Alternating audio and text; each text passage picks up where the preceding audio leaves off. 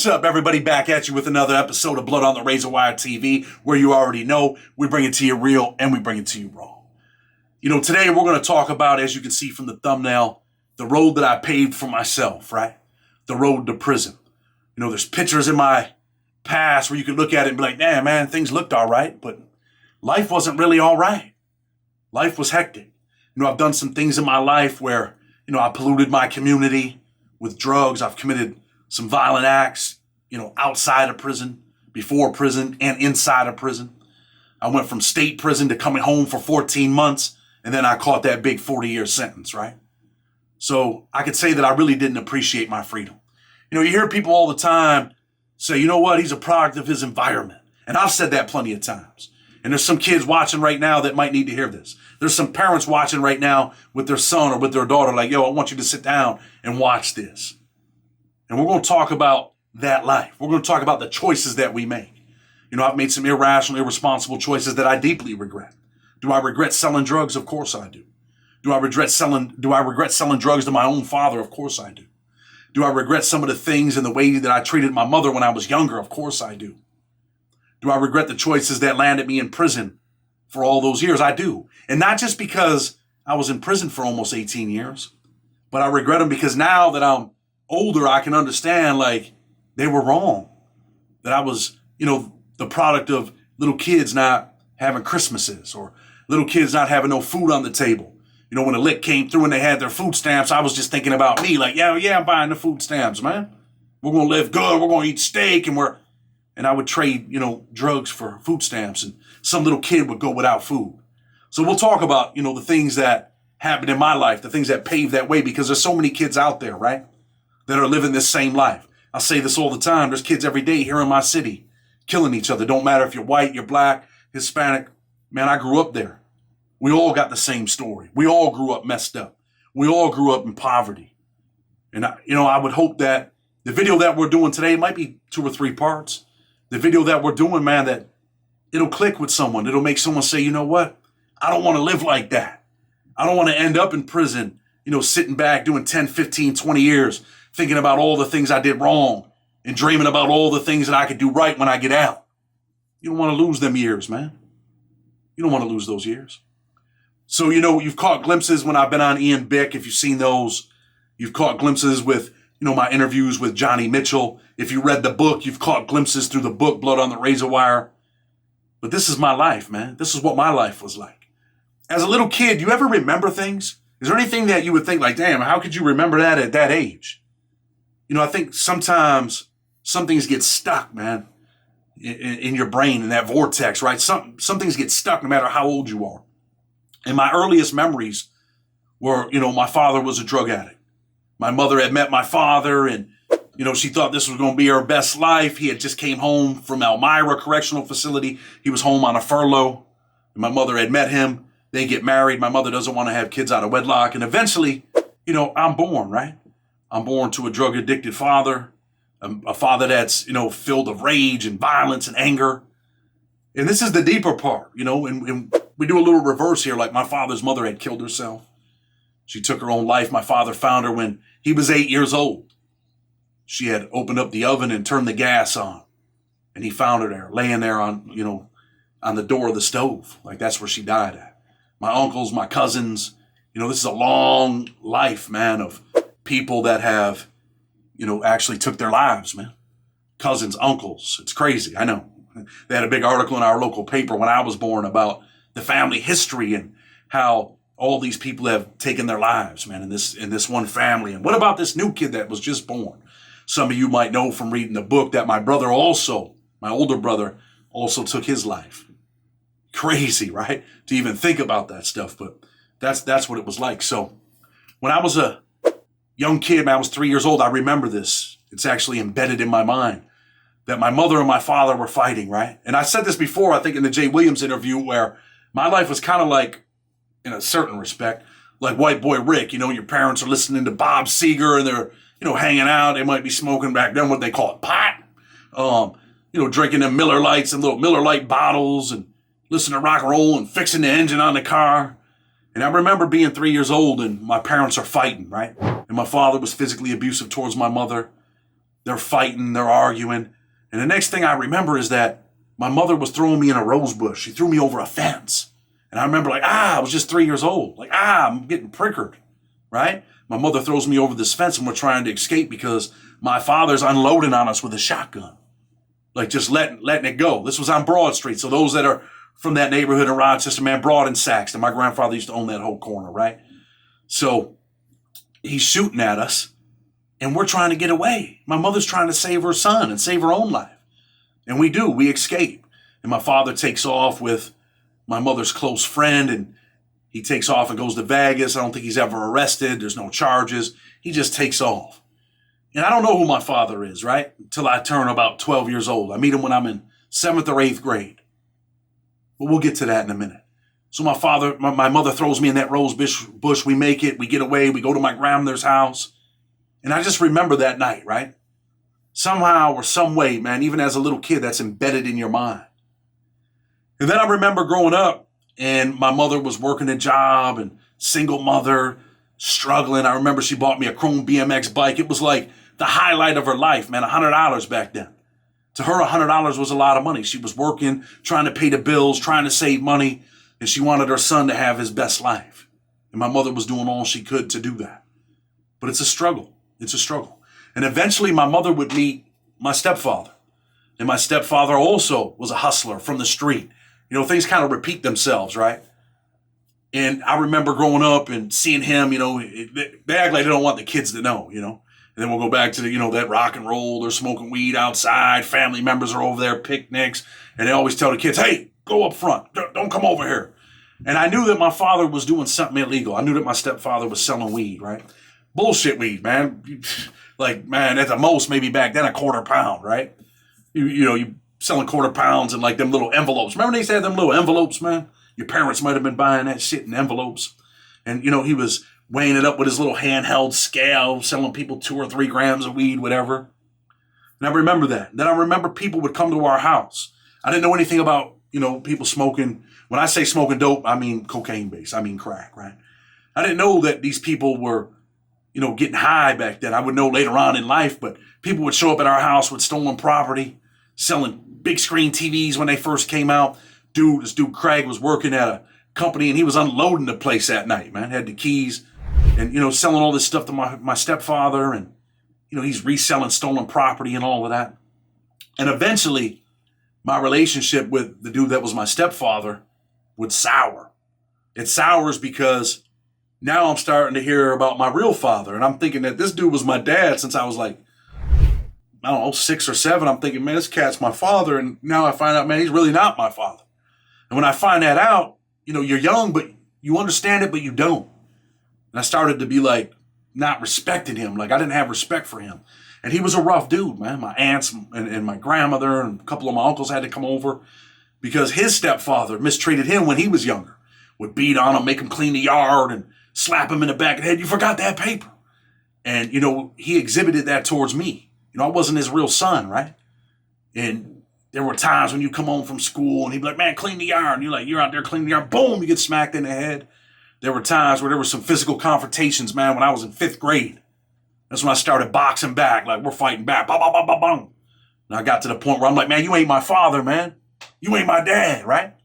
And then you guys hear me talk about the kid that was like my brother who I had interviewed on here, blood gang member, all of that stuff. I might put pictures up while we're doing this, but me and him started plotting man, we're about to jump him. I'm about to jump my stepfather. So long story short, man, the relationship sours. My mom pretty much tells him, hey, man, you got to go. And once he goes, what happens then? Now, there's some single mothers watching this video, man. You might be going through the same thing. Once he goes, I think I'm the man of the house. I'm that dude. I don't listen to my mother. I do what I want to do. I feel like I could tell her what to do. I'm the boss. But my mom was kind of tough too, though, man. My mom was tough growing up. My mother wasn't no sucker. She still ain't no sucker. She'll definitely swing them things if she has to. But I was much bigger. I was a bigger kid, man, and just started acting like I was that dude, man. And eventually I would get so far out of control that I ended up getting arrested. I get arrested as a juvenile, and they say, you know what, man, we got something for you. We're going to lock you up. You're going to go to a kid's home. And my mother's like, yup, he needs it. He needs supervision. I'm going to give him tough love. And my mom did the tough love thing, and signs them papers, man, and they take me to this home in Jamestown, New York. I'm out there for a little while, but you start feeling depressed. You start feeling like, damn, man, I don't really want to be here. I was probably what? Damn, man, I got to think how old I was back then. What, 12, 13 years old? I'm in a kid's home, man. And I'm in a kid's home with other kids that come from Buffalo and Jamestown and Rochester. And I end up with this roomie, man, who's a drug addict. He's a drug addict, but he's got money. This kid's like 13 years old, man. His father's bringing him in a stereo, big-ass speakers. And I can't even believe that this kid's getting high, man. He's getting high with syringes at that age. I'm like, how is that even possible? Thought he was the man. You know, all these kids are there, man. They smoke cigarettes. I don't do none of that shit, man. I was always an athlete, you know, playing backyard football and baseball. And I'm around this kid, man. I'm like, man, this dude was getting high. Like, are you serious? But I had already knew about the getting high thing because, we'll go in reverse a little bit. Those of you that heard about Booper, right? Booper was, you know, he was my right-hand man back then, one of my best friends, right? And his uncle Bobby Burns, he's a drug dealer, right? But he's also a drug addict. Unfortunately for Booper, man, his aunt is a prostitute, his mother's a prostitute, and he's over there selling dope. And I'm like, damn, man, I'm trying to get a couple dollars too, bro. Like, yo, put me on. And we're going to interview Booper. That interview's coming on the channel. And he's like, man, you don't want to be like this, bro. I'm getting all this money. Like, he's faking at the highest level, right? And we're thinking like, damn, bro, this is who we glamorize as kids, man. I glamorized the drug dealers in my neighborhood.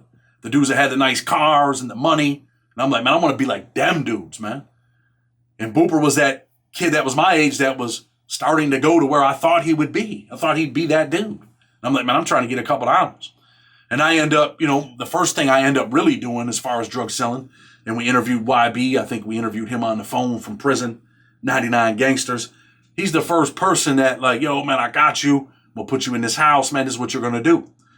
So I'm like, all right, cool. That's what I'm doing. I'm in this house. He's like, yo, when people bring money, if you give them $10, you give them one of these for $10. I'm like, all right. This is when it was powder back then. So that first night, man, I'm over there. I'm hustling, thinking I'm the man. And my parents show up. My mother shows up with my stepfather at the time. This is when I first really started to get out of control. They show up. Man, listen, my stepfather playing no games, yanks me out of the house. Pulls my pants down. As embarrassing as this is, he pulls my pants down and starts whooping me outside, spanking me like I'm a little kid. Got your arm up in the air, and they take me home, man. But that was the beginning to the end. So I already knew about the hustling, right? And eventually, like I said, man, he ends up leaving the home, and I take over. I end up in that kid's home. This is all part of it. I end up in the kid's home with old boy, man. I already know about drugs. I know about Booper's aunt, know about his uncle, know about his mother. I know what life is like. And I'm like, damn, these kids are using drugs, man. And I end up running away. Me and this other kid, Lewis, we're like, yo, man, we're out of here, bro. We're running away. We take off from the home. They catch us. They bring us back. And then they're like, you know what? We don't want this dude here no more. I was one of them kids there that was getting restrained, trying to fight the staff members, getting rug burns on your face. You know what it was doing? It was preparing me for prison, right? That's what I think about when kids go to these homes. So many of those kids, man, end up in prison. I was with another kid, Eric, man. Eric was my right-hand man over there at that home. Black kid from Buffalo. Eventually, I see him in prison. He's got 25 to life for murder. Like, I feel like those homes, when they send you there, they're preparing you for instant. They want you to think that they're doing it for the right reason, right? And your kid's out of control. What else are you going to do? I don't believe that you send them to a home, but a lot of people, you know, they subscribe to that theory. So anyway, you know, I'm in that home, and like I said, I'm the bad kid, man. I'm the kid that's fighting, and I don't care about nothing. You can't do nothing to me. And they said, don't worry, we don't want you here no more. And I remember feeling a sense of sadness, like, damn, man, they don't want me no more, man. You feel like rejection, like, damn, man, I can't even make it at a kid's home. And next thing I know, they put me on a plane, and I'm going to Vermont. Like, damn, I'm going to Vermont. I go to this home in Vermont called Bennington School. You can look it up. I go to Bennington School. It's this big-ass mansion. All these rich white people, man, are running this place. And I remember back then being a kid thinking, man, these people are scamming DSS. They're getting all this money for all these kids, man. The director's got a Mustang 5.0 convertible.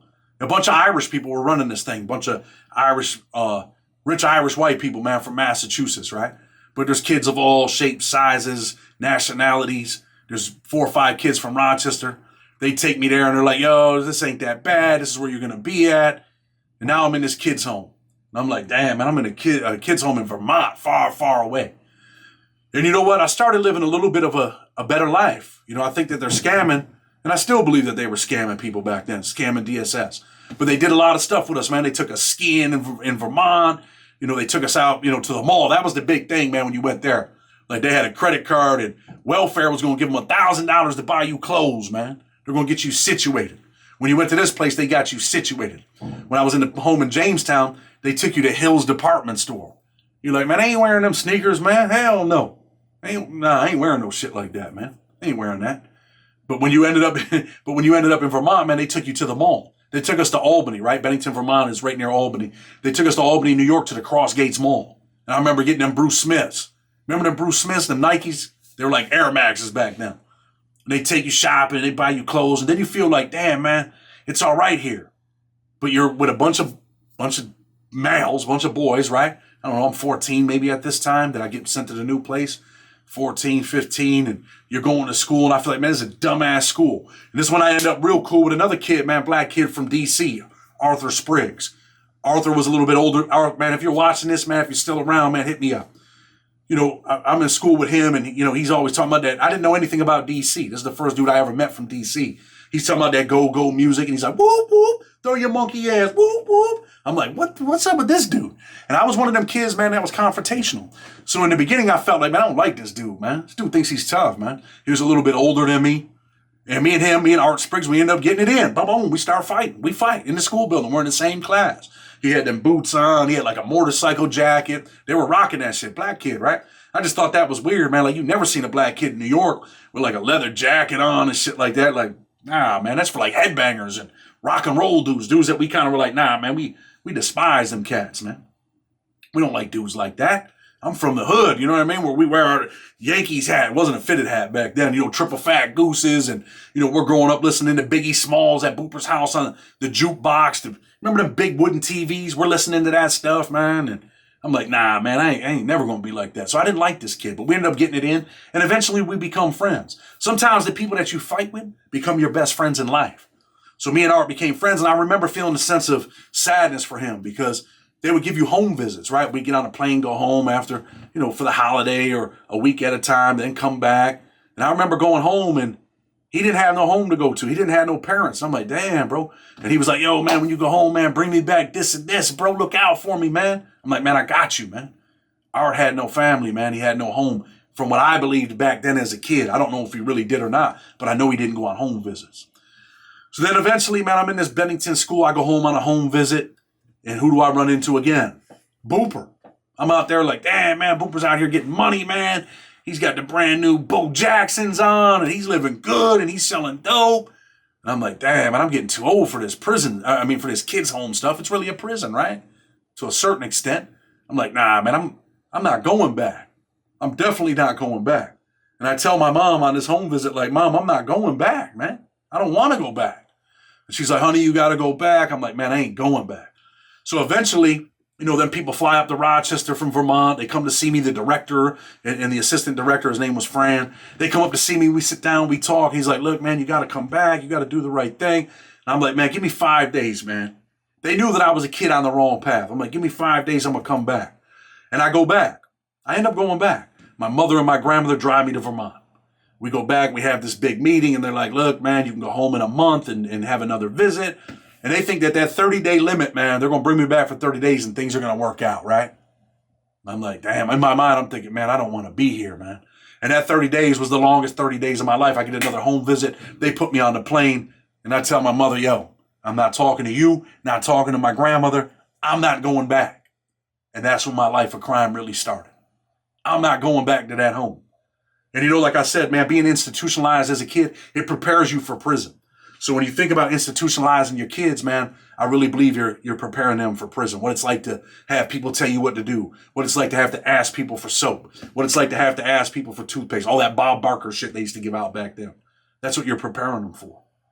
So I come home now, and I just had that glimpse of that life with Booper. Now I'm 14? I'm 15, probably 15 at the time. And I jump into the drug game. This is it. Booper selling coke. And that's when it all starts, man.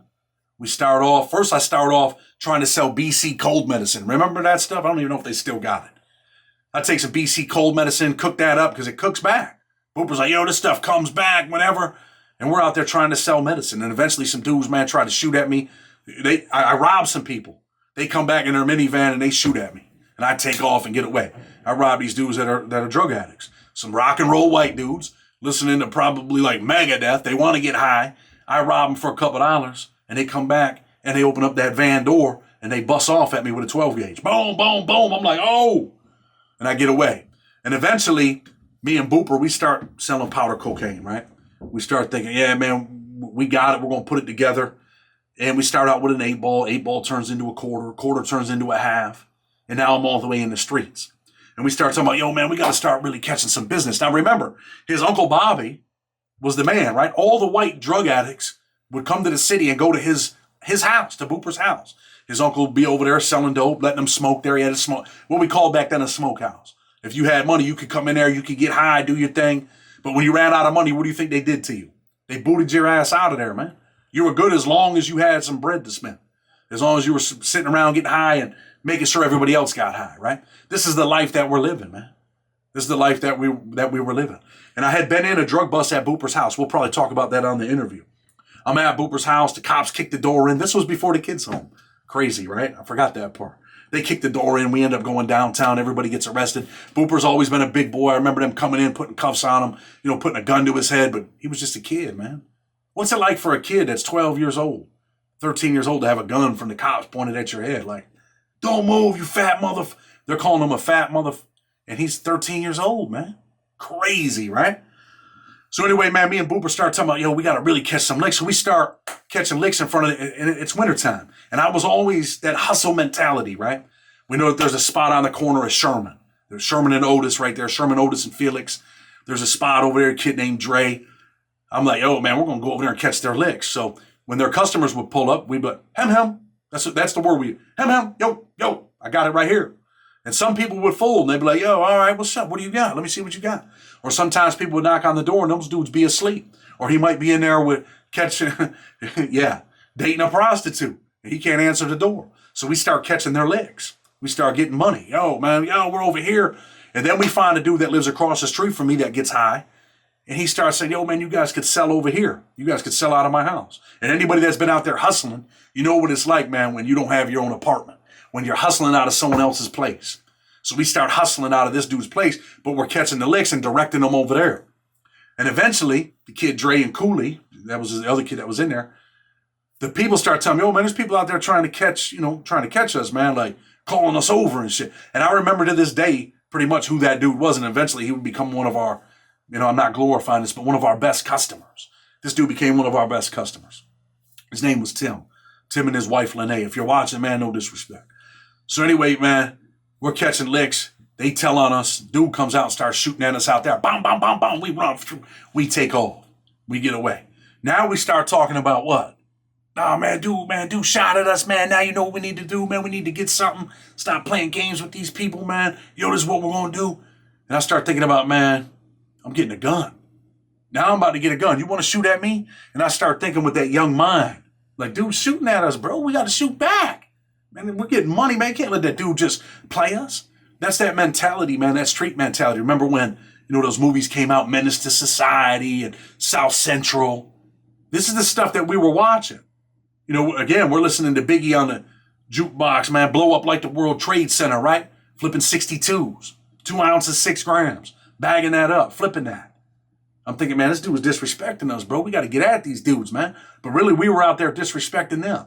And I have to say that Booper had a little more sense than I did, right? He wasn't on the rah-rah shit. It was more of like, yo, man, we're getting money, man. Forget them dudes. We got customers coming over here. We got a good connect. We're good.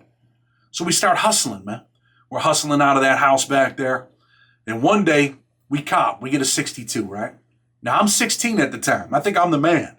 We're out there doing some violent stuff to people. We got our own little corner over there. We think that we're the toughest dudes in the neighborhood. But right down the street, man, we got some other dudes that are tough too. Shout out, Mackie, Virgil.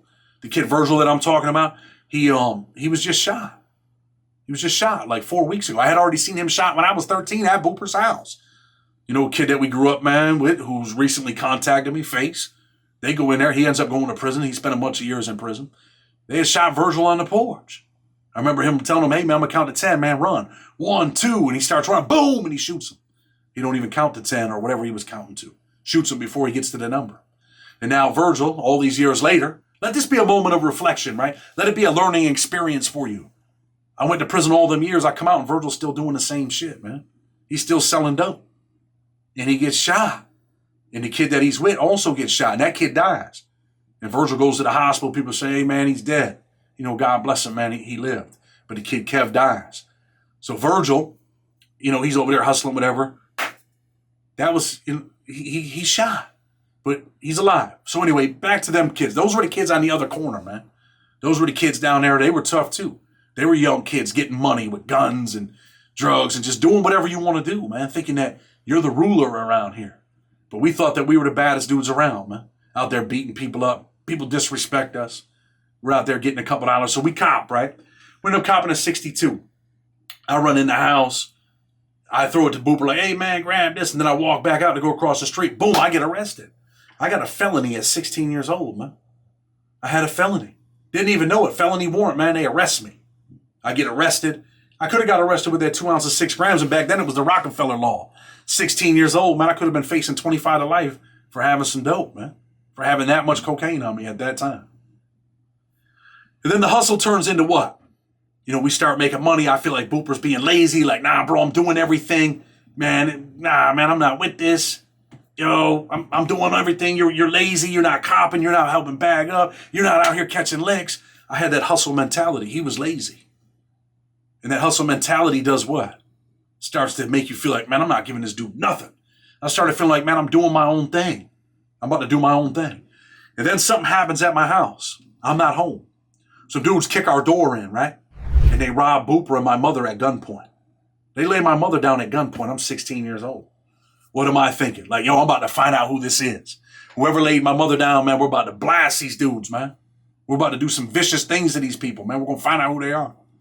And we didn't find out who they were. But if we had, we probably would have did something that affected our lives. We would have done something where, you know, when you're 16, they'll give you 50 to life. You might go back and, you know, kill 2 people. You might take 2 people out. Now you got 50 to life.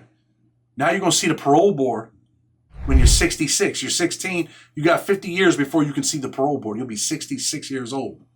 There ain't no, hey, you were young, man. We're going to get you out of this one, but we're going to give you 25 to life instead of 50. We could have went back and blasted them kids, man. It would have been all the way over. And we'll get into more stuff with me and Wody and, you know, some of the other people and how I end up in federal prison. But I'm paving the way right here. This was my life. I'm paving the way for prison. Paving the way. And eventually, Booper starts doing his own thing. I'm doing my own thing. We're beefing now. I'm trying to catch all the licks. And you know what happens? What happens next? I end up in prison. Me and my, you know, my right-hand man, my main dude, DJ, who I tell everybody's my brother, we end up catching an assault second, man, at the age of 16. We catch an assault second, criminal possession of a weapon in the 4th degree. And I'm sitting in the county jail like, damn, man. I ain't never really had too many experiences as far as being an adult with the prison system, right? Never did a county year, never did none of that stuff. The first felony gets dropped, not guilty, I'm good. But then I catch that drug case. And how do I catch the drug case? I catch a drug case and an assault second with a criminal possession of a weapon in the 4th degree. So I end up going out on my own. I venture down Dewey Avenue. I'm on Ravine Avenue with one of my homeboys' moms who used to be a drug dealer when we were kids. And I'm like, yo, you want to set up shop? We'll be partners. I got the connect. We set up shop. I end up arrested for an assault second, like I said. I'm in the county jail, stressed out, like, damn, I got an assault second. I got to get a lawyer. You start thinking all that stuff like you see in the movies, right? I eventually get this lawyer. What the hell was his name? Richard Dever. Richard Dever gets me out of jail, and then I go over to my boy's mom, like, yo, I need a spot. We can be partners. I got the connect. Knowing that, man, I'm probably facing prison time. We're over there, we're hustling. And what happens when we're hustling? We're over there for about a month. We're hustling. Some dudes come in there, man, and they rob us at gunpoint. They lay us down at gunpoint. Could have been dead right there, right? They lay us down at gunpoint. Who do you think I call? Me and DJ are in the house. I call Booper. Like, yo, man, I need you to come through, bro. Yo, what's up? Yo, come over here. This is what happened. He comes with his Uncle Bobby. Really, man, this is the wildest shit, man. Bobby was always known as a dude that probably wasn't doing the right thing. He was on the other side of the law, playing both sides of the fence. I called Booper over there, and he's like, "Oh, man, you're a dumb motherfucker, man. You're doing your own thing." And me and him start fighting, physical fight. I remember him throwing me through the lady's glass table. Like, he's a big dude. You're going to see him when we interview him. Throws me through the glass table. I jump up. I grab, I think it was a 9-shot revolver, man, 22. And I start firing. Boom, boom, boom. Him and his uncle take off. And his uncle runs out the house, and he flags the police down, man. He flags the police down. Now the police come. What do you think they do? They surround the house. They act like I got hostages in here. I don't got no hostages in here. I'm thinking in my young mind, man, lock the doors, don't answer the door. We're good. Don't say nothing. I take the drugs upstairs. This is a side-by-side house. I take the drugs upstairs. I take the gun upstairs, and I throw it through a hole in the attic, through the wall, into the next door apartment. Eventually, the police come in. They take us all downtown. And Fat Kathy, that was her name, she ends up pretty much signing a statement on me, telling on me, some other people, everybody that was in the house, man. They signed statements on me. I'm in jail. It's over with. I'm going to prison. I got that assault second. That's pending. I got the new drug charge with the gun. And now I'm on my way to state prison. I'm 16, 17. I think I'm 17 at the time, right? Big drug dealer at 17 years old. I'm flipping 62s, probably making, what, $1,000 in profit. Doing that every 2 or 3 days. I'm not really making no real money. Back then you might have thought it was some real money, but I ain't making no real money. Got a bullshit ass Pontiac Grand Am car. Like, come on, man. What was I really doing? I paid like $1,200 for it back then. Wasn't doing shit. Wasn't making no real money. Thought I was. But was blowing the money faster than I could make it. So now I'm on my way to state prison. I remember getting sentenced. I remember my mother being there, right? Think about this. Your mother's always going to be there most of the time. The only person in the courtroom for me was my mom. She was there crying when he said, "I hereby sentence you to 2 to 6 years in state prison." I'm like, damn, man. 2 to 6 years? At 17 years old, it seems like eternity. 2 years seems like it's forever, right? But again, man, all I'm doing is preparing myself for the big one. 17 years old, man, I'm on my way. I go to Elmira Correctional Facility. As soon as you walk in there, bunch of tears up and down, people screaming, prison movie stuff, fresh meat, fresh meat. People are throwing stuff at people. There's fire coming down. I'm like, damn, this is like some shit from the movies, man. You want me to tell you the truth? I was always a big kid, right? But I was scared, man. I walked into this state prison, Elmira Correctional Facility, at 17 years old, scared. Heard all the stories about Cashapp, heard all the stories about Comstock, and I'm praying. Now I'm accepting Jesus as my Lord and Savior, man. Get me out of this one, man. Don't let me go to Cashapp, man. And now this is when the Bloods are starting to flourish, right? Everybody coming out of New York City's a Blood. Dangerous, man. Dangerous dudes, dangerous kids. They're cutting people in the face with razors. How many people you seen from New York that get ripped in their face? Man, I'm like, damn, please don't let me go to Cashapp, right? And now I'm like, damn, I don't even want to come out of the cell, man. You want the truth? I don't even really want to come out of the cell. You got to come out. You get in this little area in Elmira, like the reception part, right? You're over there for 2 or 3 days, but you're young, man. Being locked in a cage it drives you nuts. And I'm like, damn, I really don't want to come out of here. I think I'm safe over here. And then in a couple of days, they move you over to the other part where all the people are out. So now I'm like, man, I put my big boy pants on, faking it like, man, I'm out here. I'm ready, bro, whatever. But really, I wasn't ready. But there wasn't really no violence directed towards me. People pick and choose. And of course, back then, man, if you were a chomo, those were the dudes that dudes were getting on, man. If you were from Rochester, it was like everybody from Rochester linked up, man. That's when I went upstate. I believe I went up with Johnny Brown, another kid, man, that I was in the county with, Sean Glover, who's out now. John would love to interview you. He ended up with I think he ended up with 37 to life, ends up winning on an appeal 20-something years later, man. Man did 20-something years. And I'm up there with all of them. The kid K. Fuji just got like 90 years. So now the Rochester dudes, man, they don't care what color you are. They don't care if you're black, Hispanic. We're like a gang, man. And, you know, you latch onto that. They got a little basketball court outside. And I could hoop back then, man. I could hoop for real. Being in them kids' homes all them years, man, that's all we did. We played ball every day. So I'm out there hooping, man. I got a mean handle. My shot is shitty. You know what they think all white boys can shoot? I can't. But my handle is mean. So anyway, man, we're out there. We're hooping. That's where I ended up seeing the kid Eric. I was in that kid's home with Eric, man. And Eric, me and him played basketball all them years. And I'm like, damn, man. This kid's got 25 to life, man. This kid was like one of my best friends, Eric Blair. I think his last name was Blair. I see him out there. He's got a little basketball team. So now you start to feel comfortable, right? Like, damn, man, maybe this shit ain't so bad. We're out there hooping. And then we get this white boy team together, right? Got a white boy on the team that can shoot. We're all young kids, man. And we're smashing people, man. The white boy team like Larry Bird, man. Like the Hoosiers back in the day. We're over there smashing people, man. Playing basketball. And then they call my name, man. I'm there about a month. Hey, they come down, they pack you up. Hey, you go to the front. Everybody's waiting to get out of there. Me, I started to feel like, man, I'm okay, man. If they leave me here, right, I'm not going to Cashapp. I'll just stay here. I'm good. Right here in reception. They pack me up. They take me down the hall. You pack your bags. You're trying to look at what tag is yours so you can try to find out what prison you're going to. And I see my tag. I'm going to Gowanda. What the hell is Gowanda? Some new prison that they had just opened, man. So I end up going to Gowanda. I get to Gowanda. I'm there for about a month, starting to get a little bit comfortable. I see a kid from my city named Scarface. He's out there. He's beefing. A kid that I had talked to a few times. Like I said, Rochester sticks together. I try to make my day as, I'm just going to come out here and play basketball, and I'm good. Playing basketball in the state boots because Mama Love is on that, I'm going to do tough love. Moms ain't sending no bread when I first get there, no sneakers. I'm out there playing basketball in state boots like many other poor kids from the inner city. So I'm there about a month. Who do you think shows up? My co-defendant, man. DJ's my co-defendant, my right-hand man. He shows up, and he's on some crazy shit, man, like doing shit when we were kids that you shouldn't be doing. I mean, we were always tough, had no problem fighting.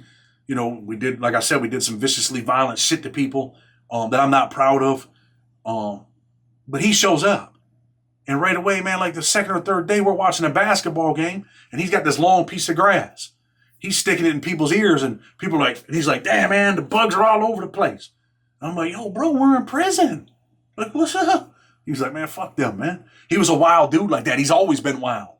Those, some people might know him as Clear Boy, but it's my right-hand man. I just remember telling him, like, yo, bro, you're going to get us killed in prison. You're going to get us messed up. And then eventually, they start to change Gowanda, right? They start bringing SOs in there. They start bringing these DWI people in there. And they're like, yo, man, pack up. You're out of here. I'm like, damn, bro. And DJ was in another unit. We were in the unit together for a long time. Then he ended up getting transferred to another unit. And they packed me up. And I'm like, damn, man. I'm like, wow, man. This is kind of like in the wintertime. It's the holidays that always hurt you. They pack us up. And they pack me up. I get down to R&D. I'm packing my shit like, damn, I'm leaving my right-hand man. I'm sad. Next thing I know, I see him walking. He's packing up too. Now we're going to Wyoming Correctional Facility across the street from Attica. I believe we get there. We go on the bus. We get there December 10th, 1996. We're out of there Christmas Eve, December 24th. I remember going down there, having no commissary, going to chow, and they got liver. Remember that liver fiesta for those dudes that been in New York State prison? We go down there, they got liver fiesta. I remember going to bed hungry at night, man. There have been plenty of nights that we went to bed hungry. And we talked about this on the video where we had a kid in Gowanda where we were kind of like, yo, bro, you running around here, one of these rich white kids, man, like, and this is really what it was. Like, yo, man, open up your locker, man. We're hungry. We try to be nice, like, yo, bro, can we get something to eat? And dude's kind of like, nah, man, I don't give out my stuff. Then it was kind of like, yo, bro, we're about to take it. When you're hungry, you're going to take, man. If you're hungry, you want to eat. This is really physically eating. The food was horrible, man. There's no food, no portions. So anyway, I get down to that R&D. DJ's down there. We're on the bus together. We're in Wyoming Correctional Facility. DJ loans his basketball magazine to a kid. Kid starts fronting over the basketball magazine. Next thing I know, we're in there. We're fighting. Christmas Eve, we're fighting. I get stabbed in the face. I don't know if you can really see the scar there on my eye. I get stabbed in the face. DJ gets poked up in the face a few times. But we're out there working. And I remember when I got stabbed, I thought they cut me with a razor, right? My biggest fear of being in prison. I had been in prison for probably about 10, 11 months at this point. Actual state prison. New York State prison. Man, I grabbed that shower brush. And started hitting everybody. But the reason this all happens is because DJ, man, is nice with his hands. He's the only person ever, and we had some physical confrontations. He's the only person, not on no tough guy shit, but the only person that ever hit me, man, and dropped me. He dropped me. We got up and we fought, whatever, but we were like brothers. So he, over that basketball magazine, he gets into it with dude in the bathroom, man, and he's beating the kid up, drops him. Drops the kid. They want to turn this into, oh, he slipped in the shower. They act like we jumped him. We didn't jump him, man. We didn't jump him. I actually tried to stop the fight at that point. So they turn it into, oh, man, them white boys jumped us. Nah, man, you're lying, bro. We didn't jump you. You got whooped. That's it. And they didn't like that. And New York State Prison used to get busy back then. Probably still does. So anyway, man, they end up jumping us. I get hit in the face. DJ gets poked up a couple times. And now they put me on a bus. Guess where I'm going? Not Cashapp. You thought I was going to say Cashapp. I'm going to Comstock, man. And guess where DJ's going? We're in the hospital. Christmas Eve, we're in the hospital getting sewed up. DJ comes back. I think DJ comes back a few days later. That night, I come back from the hospital that night. And they send me across the street to Attica. I go to Attica. Me and 2 or 3 of the other kids, man. And the cop just lets you have it. Yo, this is where the Attica riots were. Yo, we're blowing people's brains out. If you think you can do anything to my staff, this is what it is. We ain't playing no games. This is Attica. See the bullet holes on the wall right here. And they're showing us. And, man, calling, these dudes the N-words, calling me a honky, a cracker, scumbag. And this is probably the first time where I'm really afraid. I end up in the snake pit down there in Attica. I get 90 days keep locked. They do my hearing over there. So really, I'm not out and about among, the criminals, right? The dudes that are dangerous dudes. These are the dudes that got murder charges and, kids that, I grew up with that are doing 25 to life. But eventually I do come out. They have to let us out for rec. They let you out for the shower. They used to put the water in the bucket. If you wanted to go take a shower every day, you had to go to outside rec. You had to go to the shower house, man, to get a shower outside in the freezing cold. And eventually, they pack me up. All right, you're leaving. Now I got a little bit of taste of Attica. I'm going to Comstock. DJ ends up going to Cashapp.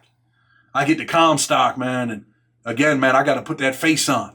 I'm 17, 18 years old. I think I just turned 18. I'm 18 years old going to Comstock, Great Meadow Correctional Facility. And I walk into there, man, and this is when my path to spending the rest of my life in prison really starts.